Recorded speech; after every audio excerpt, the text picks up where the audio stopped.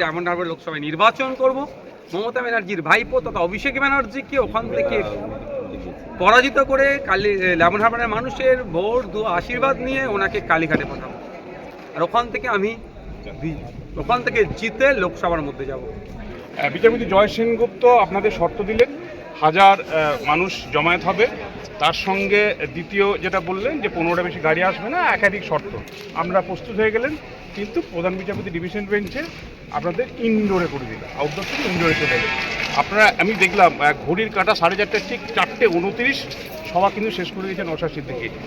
এটা গেল বছরের কিছু বিশৃঙ্খল আচরণ, সেটাকে ঢাকতে কি আইএসএফ আরও বেশি কত সুশৃঙ্খল হতে পারে তার একটা উদাহরণ তুলে দেবেন? গত বছর আইএসএফ কিছু বিশৃঙ্খলা করেনি। পুলিশ আমাদের শান্তিপূর্ণ অবস্থান বিক্ষোভকে প্রভাবিত করছে, তারা আমাদের শান্তিপূর্ণ অবস্থান বিক্ষোভে লাঠিচার্জ করেছে, আমাদের কর্মীদেরকে মারধর করেছে, আমাকেও অন্যায়ভাবে আটকে রেখেছিল। আপনারা নিশ্চিতভাবে জানেন আমরা জামিন পেয়েছি হাইকোর্টে গিয়ে। হাইকোর্টে জামিন পেতে গেলে বিভিন্ন ক্ষেত্রে অনেক ক্ষেত্রে কোনো কন্ডিশন থাকে, অনেক ক্ষেত্রে কন্ডিশন থাকে না।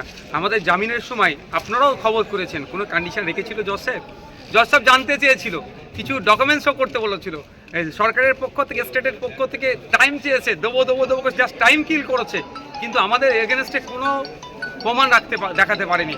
উপরন্তু আমরা পুলিশের সহযোগিতার কথা ওখানে বলেছি। পুলিশ এবং তৃণমূলের কিছু লোক মিলে আমাদের ওই প্রোগ্রাম শান্তিপূর্ণ অবস্থান বিক্ষোভকে ডিস্টার্ব করেছে।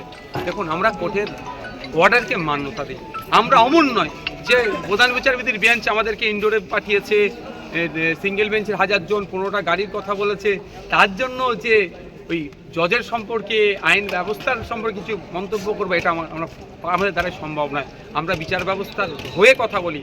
আমরা যখন এক বিচারপতির স্বামীকে সিআইডিকে ডেকে বারবার ডিস্টার্ব করানো হচ্ছে সিআইডি দিয়ে, ওই সিআইডির বিরোধিতা করেছি, রাজ্য সরকারের বিরোধিতা করেছি, ঠিক একইভাবে এক বিচারপতির বাড়িতে গিয়ে আপনার পোস্টার লাগিয়ে তাকে কুলসিত করার চেষ্টা হচ্ছে, তার বিরোধিতা করেছি। এজলাস বয়কট করছে, বাজে মন্তব্য করছে, তার বিরোধিতা করছি। আর আমরাই যদি পূর্ণ জজ আমাদের জন্য দেখাতে আপাত দৃষ্টিতে আমাদের সংখ্যা কমে গেল, লোকের সংখ্যা, তার জন্য আমরা মন্তব্য করবো, এটা হতে পারে না। আমরা সমাজ ব্যবস্থা গড়ার জন্য রাজনীতির ময়দানে এসেছি, সুতরাং আমাদের স্যাক্রিফাইস করতে হবে, চড়াই উতরাইয়ের মধ্যে দিয়ে দিন যাপন হবে। কিন্তু স্বাধীনতার পর রাজ্যে এরকম একটা সভা দেখলো যেখানে সংবাদ মাধ্যম আর একদিকে আপনাদের রাজ্য নেতৃত্ব এবং ঝাড়খণ্ডের নেতৃত্ব যোগ দিয়েছিলেন, প্রায় হাতে করে 15-20 এটা তো একটা দৃষ্টান্ত। হ্যাঁ, আইএসএফ তো দৃষ্টান্ত তৈরি করে।